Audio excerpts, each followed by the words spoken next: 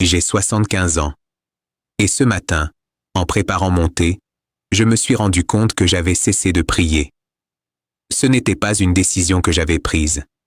C'est plutôt une habitude que j'ai perdue. Je suis resté là, attendant que la bouilloire bout, et cela m'est venu à l'esprit. Le silence dans ma cuisine se sentait différent. Il se sentait définitif. Et j'ai pensé, eh bien, je devrais probablement en parler. Pendant la majeure partie de ma vie, j'ai utilisé la religion comme un bon costume. C'était approprié pour l'occasion. Cela mettait ma famille à l'aise. Quand j'avais une trentaine d'années, avec une jeune famille et une hypothèque qui me volait le sommeil, la foi était quelque chose de pratique.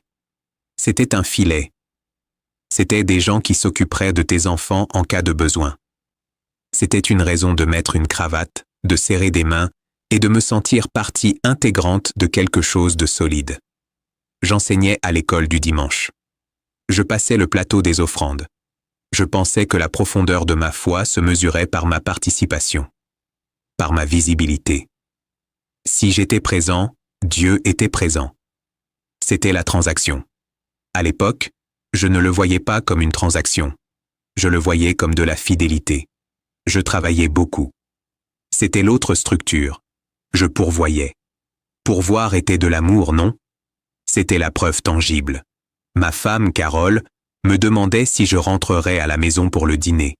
Je disais « si je peux ». Le « si je peux » était toujours pour quelque chose d'urgent, quelque chose qui soutenait cette vie que nous étions en train de construire. Un appel d'un client, un rapport, une réunion qui s'éternisait. Je me souviens qu'une nuit, j'ai raté le récital de piano de ma fille. Une seule chanson était jouée, The Entertainer. J'avais pratiqué pendant des mois. J'ai appelé depuis le bureau, la voix basse, disant que le trafic était terrible, que j'étais bloqué. Je n'étais pas bloqué. Je faisais un choix. Je choisissais ce que je ressentais à ce moment-là comme étant le plus responsable, le plus important. Je me suis dit qu'il y aurait d'autres récitals. Et il y en a eu. J'en ai aussi raté certains. La religion, à cette époque, était l'excuse que je n'ai jamais vraiment prononcée. C'était la culpabilité qui s'installait dans mon estomac sur le chemin du retour. C'était la prière silencieuse dans la voiture. « Seigneur, aide-moi à être meilleur demain. Aide-les à comprendre. » C'était demander pardon à l'avance, pour la même chose que je savais que je ferais probablement encore. C'était une soupape de décharge. Cela me permettait de porter la culpabilité sans avoir à changer mon comportement. Parce que le comportement, le travail, c'était pour eux. Tout était pour eux. Le coulant n'est pas une facture qui arrive un jour. C'est une fuite. Tu ne l'entends pas. Tu ne fais que remarquer la tache d'humidité, des années plus tard. Et à ce moment-là, les fondations sont faibles.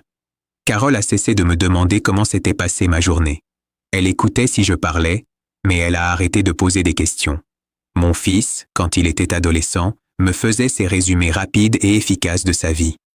Juste les faits. Il gardait les vraies conversations pour sa mère.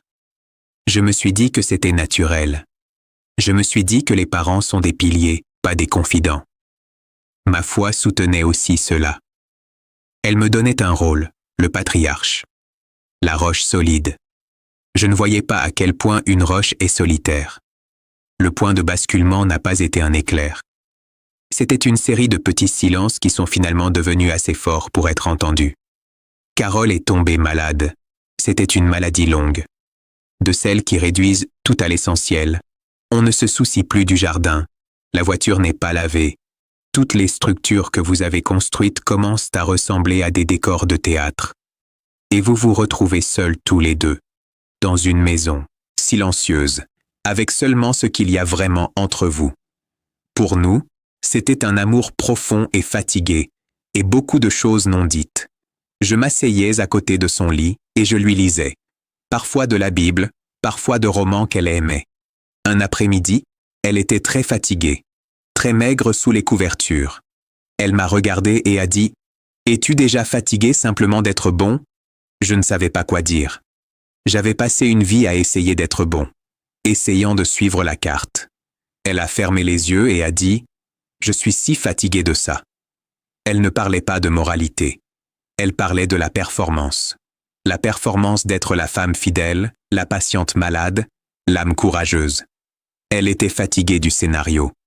À ce moment-là, toute mon idée de la foi, le costume, la structure, la performance, m'a semblé faite de papier de soie. Elle ne pouvait contenir rien de réel, ni sa douleur, ni ma peur. Après qu'elle soit morte, les prières ont cessé de fonctionner.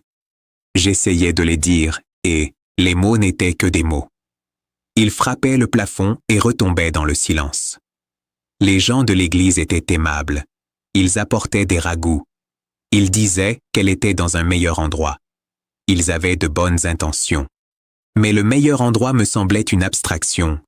Et mon endroit était ici, dans cette maison vide, avec une vie de ces choses et l'écho de cette question.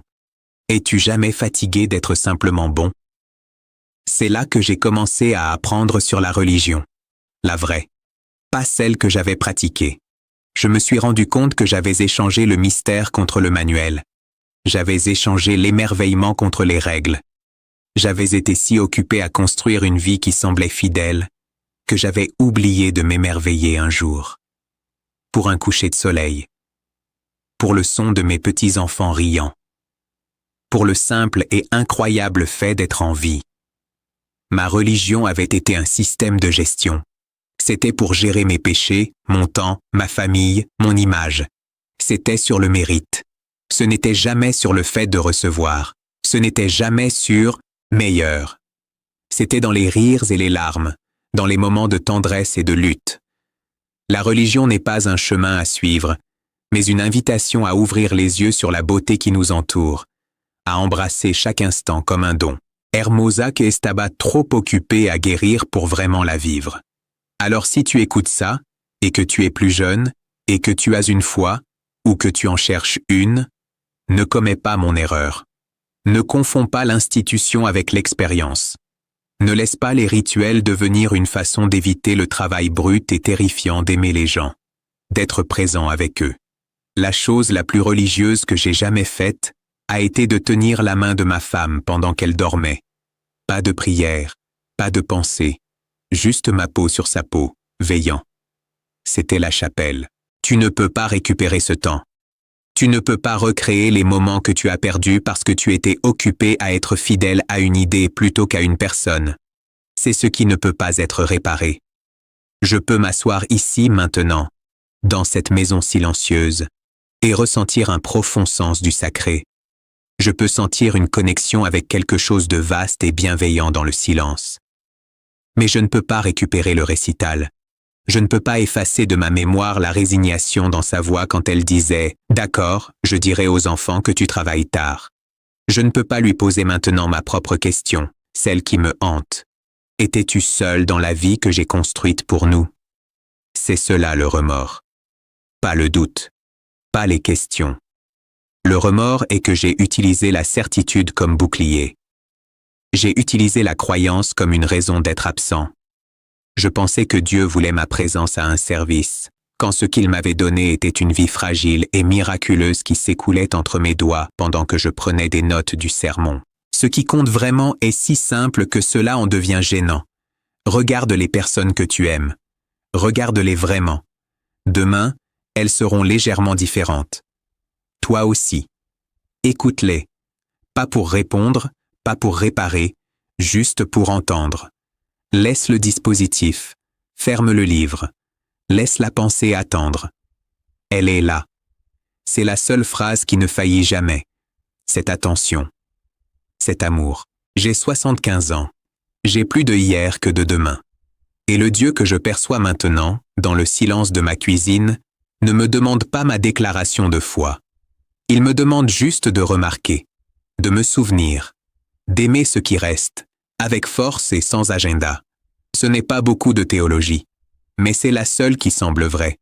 Si cela a signifié quelque chose pour toi, embrasse quelqu'un aujourd'hui.